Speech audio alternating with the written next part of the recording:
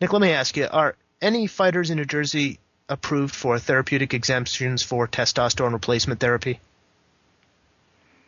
Well, see, that's something I wouldn't answer. I mean, if it's legitimate, if it's legitimately applied for and monitored, You don't have to get a therapeutic use exemption. Don't have to name names, but are there any? Well, there's plenty of fighters. Yeah, mostly I would say the biggest use exemption is for Adderall. What does Adderall add? What's kind of the point? Is it to counteract hyperactivity disorder and those types of things? Is that typically the reason stated that's considered valid? No, like attention deficit, concentration issues. Mm-hmm. I'm a little bit.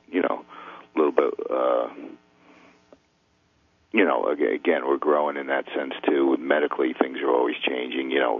Back in the day, commissions used to make Mike Tyson get off his medications a couple days before the fight.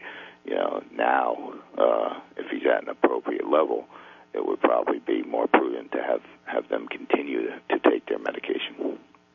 It is interesting, and of course it's an issue, as I'm sure you're well aware, really became crystallized with the Chael Sonnen proceedings in California. Didn't quite get any kind of resolution for those that were following the back and forth there carefully in Sonnen talking about the condition. To what, how hard is it, basically, to get that exemption? I mean, do you just need to find a physician that says you need it in New Jersey and you can take testosterone? I mean, is it that simple? No, and if you're speaking about testosterone, you would need a signed primary diagnosis letter from the treating physician. It's a statement about how the diagnosis was made, what tests were performed, whether a second opinion was given, how it's being monitored, why the decision to use this drug as opposed to some other approvable,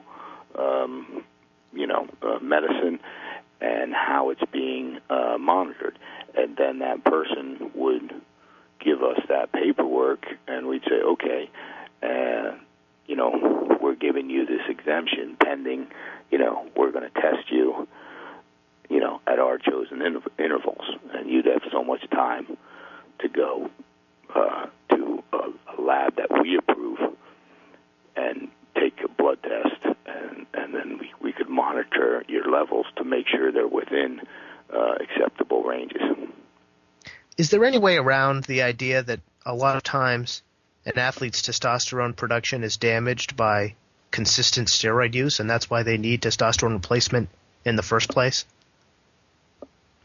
I mean, that may be, but there's, I've also been advised other reasons, and that'd be a better question for our ringside physicians like Dr. Vulcan could answer the detail. That's one thing. I go straight on what I'm very proud of the doctors we have in New Jersey, and medical issues I just throw to them, and whatever they say I go with. What do you make of how popular Adderall is as a drug that fighters get exemptions for? I mean, are there really that many fighters with those types of issues?